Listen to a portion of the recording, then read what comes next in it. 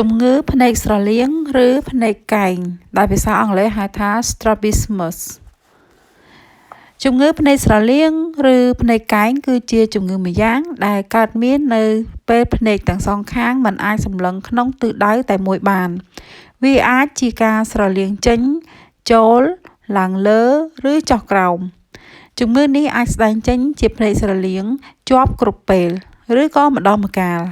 តើជំងឺភ្នែកស្រលៀងឬភ្នែកកែងកើតឡើងដោយសារអ្វីជំងឺភ្នែកស្រលៀងឬភ្នែកកែងកើតឡើងដោយសារភាពមិនប្រក្រតីនៅក្នុងចំណោមសាច់ដុំណាមួយរបស់ភ្នែកដែលធ្វើឲ្យសាច់ដុំមួយទាញភ្នែកឲ្យចូលឬចេញទៅទិសដៅម្ខាងទៀត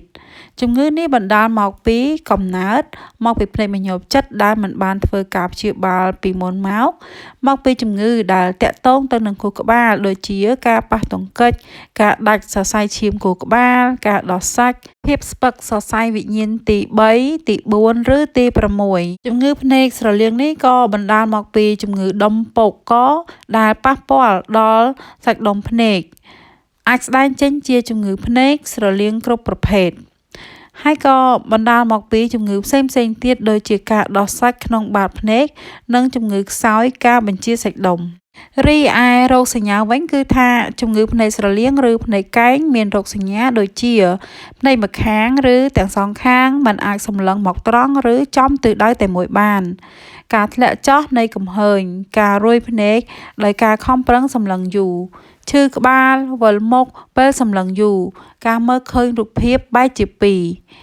ការវាចក្បាលវាចមុខការអោនឬងើយមុខដោយសារខំប្រឹងមើលរូបភាព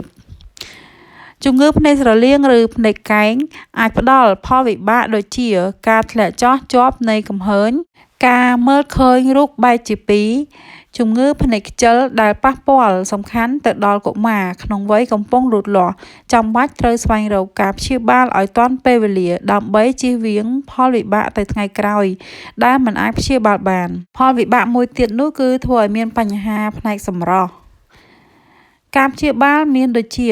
ចំពោះកុមារដែលមានជំងឺភ្នែកស្រលៀងត្រូវស្វែងរកការព្យាបាលជាបន្ទាន់